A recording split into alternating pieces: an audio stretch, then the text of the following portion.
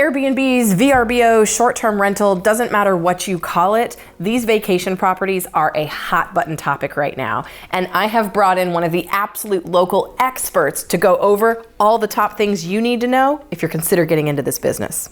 This is Lorne Rodriguez. He is the owner of Halo BNB, which is a full-service short-term rental management company.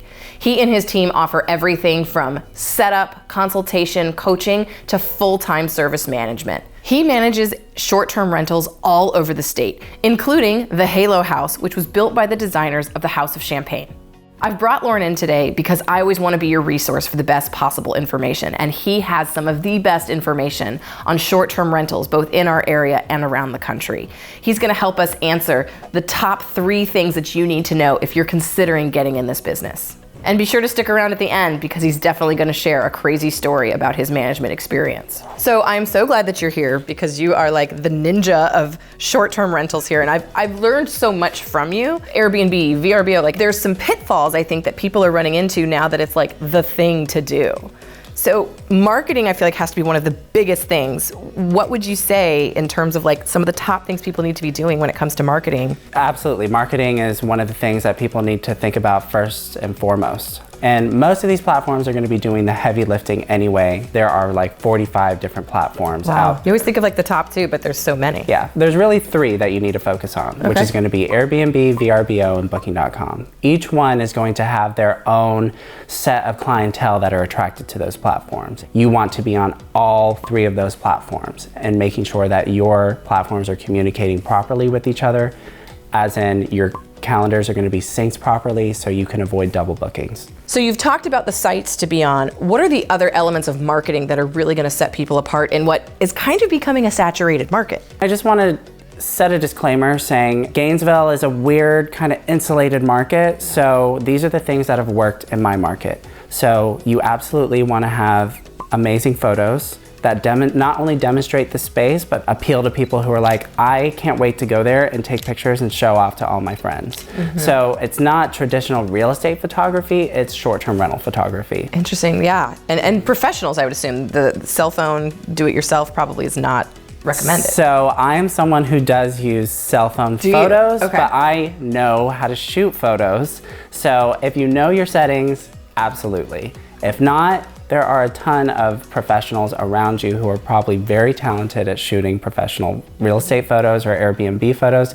Definitely reach out to them. So is it more like you're taking lifestyle photos? Think lifestyle without the people. Another thing I would recommend are videos. Airbnb doesn't typically allow you to go off platform, but VRBO allows you to have a video tour of the property. And then this is another concept that a lot of people are starting to wake up to, is having a direct booking website, which gives you total control over your business. Depending on how structured your website is, you can host video, have messaging, have your booking engine and everything in one place to where people could go off platform and book directly with you. The fact that you could, as a owner of a property, pull somebody from that to increase your profits. Exactly. How do you do that? You could capture their information after their booking, phone number, email, hold on to it and remarket to them saying, hey, if you want to stay here again, just reach out to me directly, and if it's available during these dates, we can make it happen. So is there a benefit to the consumer going direct as opposed to going through what might be perceived as protections from a VRBO or an Airbnb? Absolutely. There are benefits and there's risks involved as well. So the benefits would be the guest is going to save money on fees in general. Some of these Airbnbs out here have like $200-300 cleaning fees, which is bonkers in my opinion. And for the owner, it puts more money in their pocket, not having to shell out anything to Airbnb, VRBO, what have you.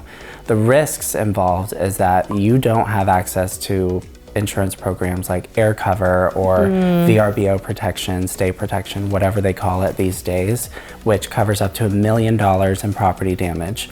So my recommendation is to speak with your trusted insurance advisor so you could discuss what is the best policy that would cover my asset for this kind of business.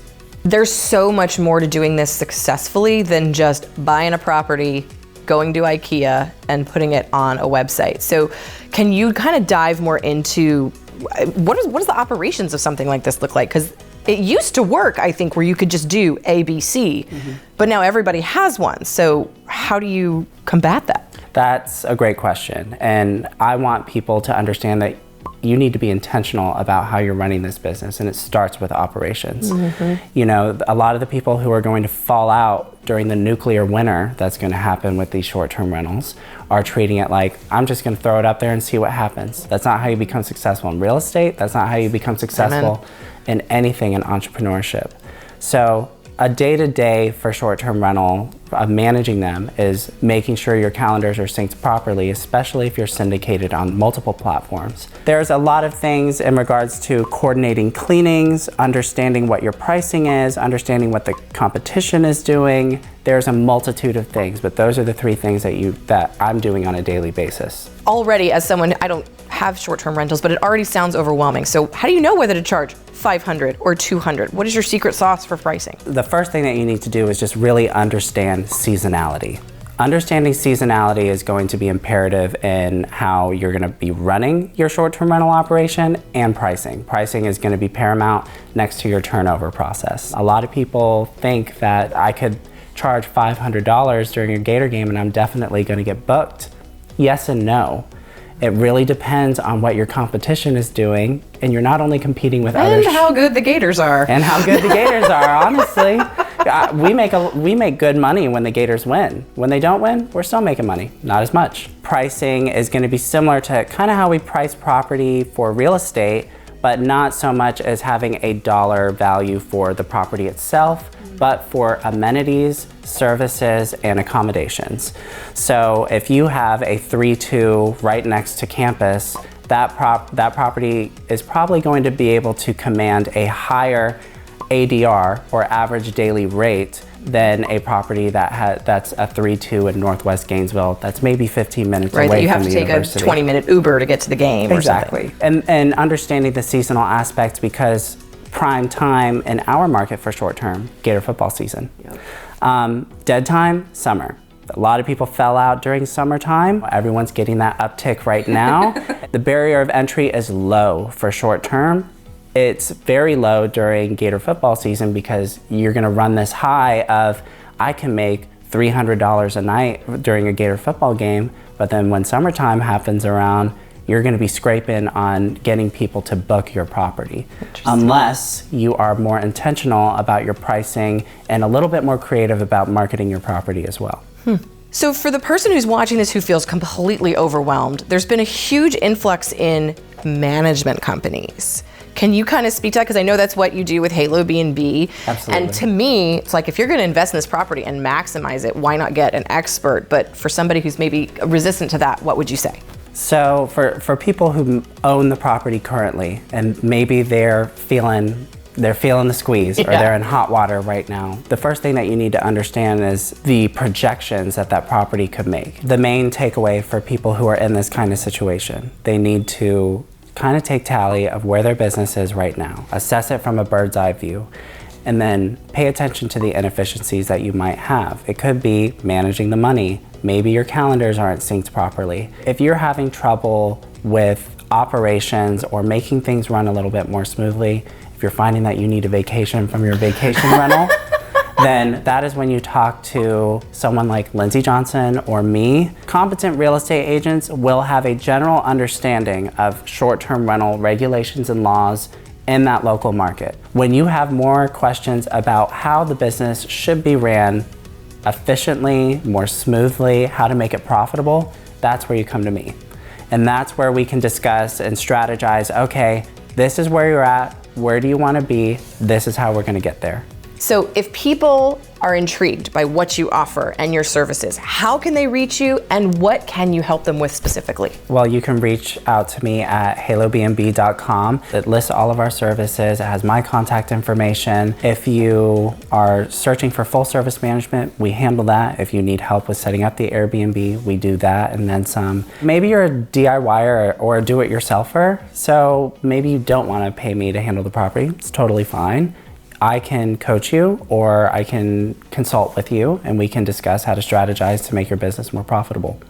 It's amazing. It's a one-stop shop. Whether you need just a little bit of encouragement, or you're ready to just hand it over and get a check in the mail. Precisely. Halo BNB's got it all. Exactly. So is there a particular story that you can share of a crazy short-term rental experience? I have experienced a plethora of wild things. I'm going to keep it PG-13. So I had someone stay at my unit during a Gator game. They received instructions on how to access the property and everything. Already checked in, fine. Probably had a little bit too much to drink. And Probably. Definitely had too much to drink during the Gator games. And they approached the property, forgot their code, and broke into the unit. Oh gosh. So it was a maintenance issue, a maintenance nightmare to a certain extent. So, but we were able to handle it. And speaking of wild, short-term rentals is a wild business, and quite frankly, there might be some of you who need to get out. I'm Lindsey Johnson, your resource for all things real estate. See you next time.